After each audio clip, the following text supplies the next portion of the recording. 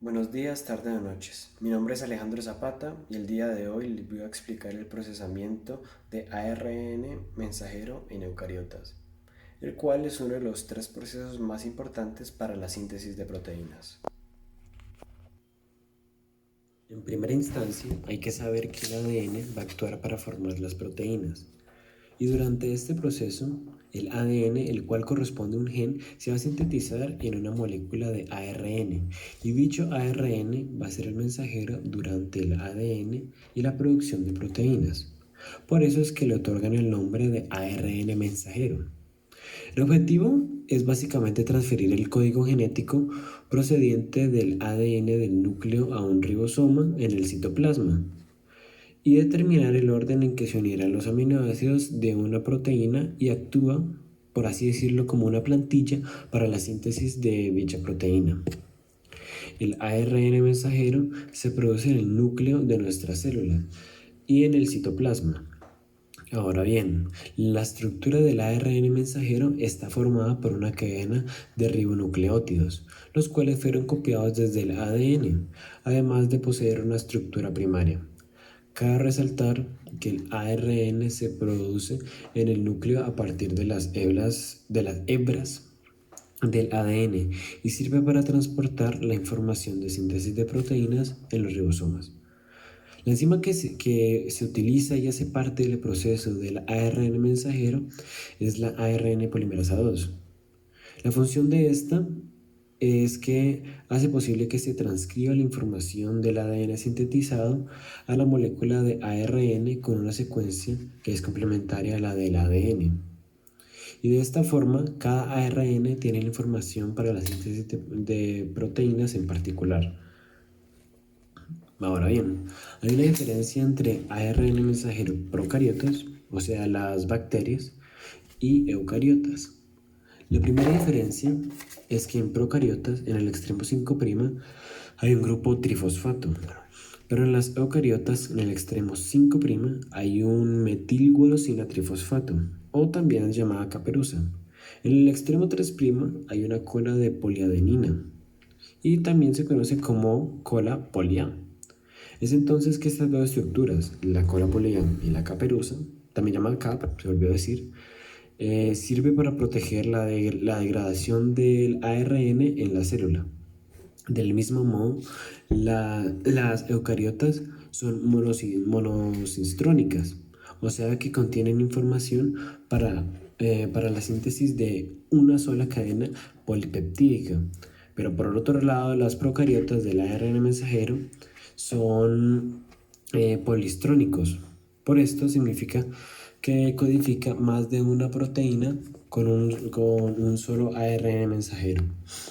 Si nos centramos más en los genes humanos, o sea, pues en los eucariotas, podemos ver que hay zonas llamadas intrones, las cuales son no codificantes de proteínas, las cuales están intercaladas entre los exones que sí son parte codificante de la fabricación de las proteínas.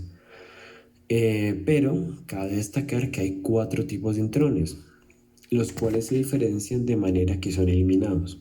Un ejemplo son los intrones del grupo 1 y 2, que son eliminados a través de procesos de autocorte y empalme. Por otra parte, los intrones de ARN de transferencia son eliminados por procesos enzimáticos.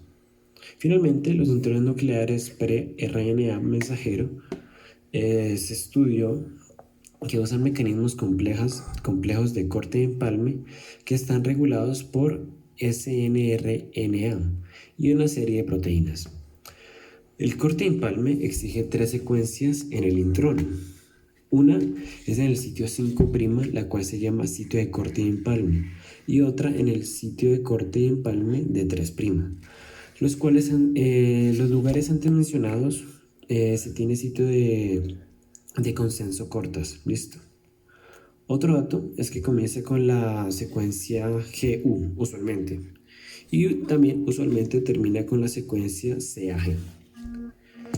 La tercera secuencia es el punto de ramificación, que es un nucleótido de adenina que se encuentra a 18 o 40 nucleótidos más o menos en dirección 5' con respecto al sitio de corte 3'. La secuencia es conocida como secuencia Curie. El corte y empalme se ejecuta en el empalmosoma, y es una de las estructuras más complejas y grandes de las células eucariotas. Esta consiste en 5 moléculas de ARN y más o menos unas 300 proteínas.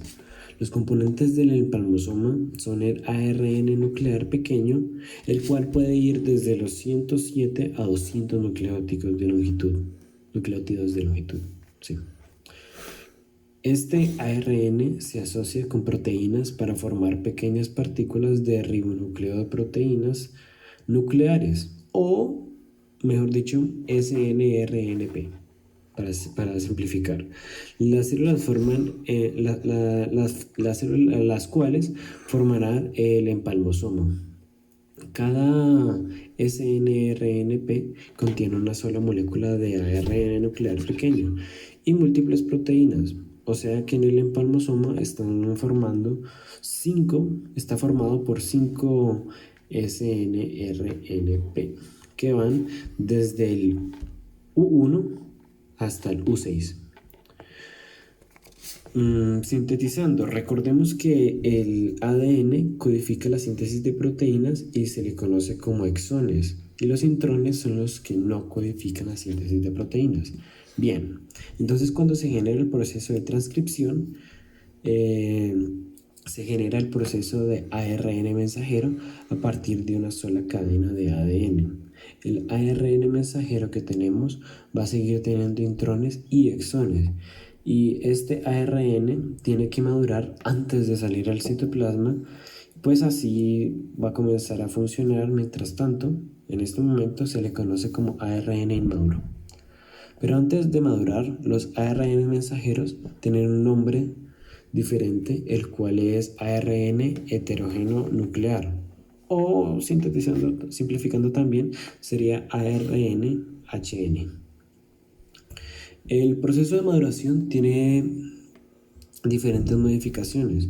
Un ejemplo es cuando hay una adición al extremo 5' del 7-metilguanosina, que va a formar la estructura denominada caperuza. También, para hacer el ARN mensajero maduro, es la poliadenilación en el extremo 3' y así forma la cola polía. Finalmente, en el splicing o empalme, que consiste en la eliminación de los intrones para que de esta forma solo permanezcan los exones, para que estos forman una secuencia codificadora de una proteína específica, y en este momento el ARN mensajero se considera maduro. No obstante, también existe otro tipo de splicing, el cual se denomina splicing alternativo, y es lo mismo, pero esta consiste en un reordenamiento de los exones. O sea que esto incluye que pues también se pueden excluir algunos exones. Y esto es el inicio de la traducción de la síntesis de proteínas, las cuales son diferentes entre ellas. Gracias a este proceso ya se tiene un ARN mensajero maduro de cadena simple, el cual ya tiene los exones unidos, o sea que ya es funcional y puede generar una proteína con el proceso de traducción. Además de eso, la caperuza 7-guanotirosina está en posición 5' y hace un refuerzo de unión al ribosoma y da estabilidad al ARNasa y la cola polía en esta posición 3', y al igual que la caperuza también da estabilidad a la degradación de ARN mensajero, pero esta interviene en la salida, pues la diferencia es que esta interviene en la salida del ARN mensajero desde el núcleo dirigiéndose hasta el citosol.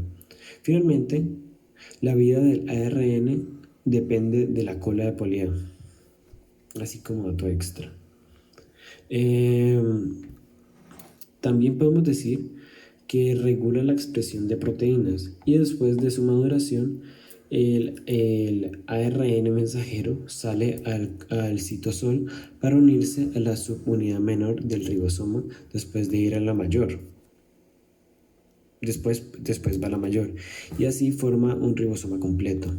Ahora con el ARN mensajero ribosoma es donde se va a poder hacer la síntesis de proteínas, ya que ahí se va a decodificar el mensaje del ARN mensajero mediante el código genético.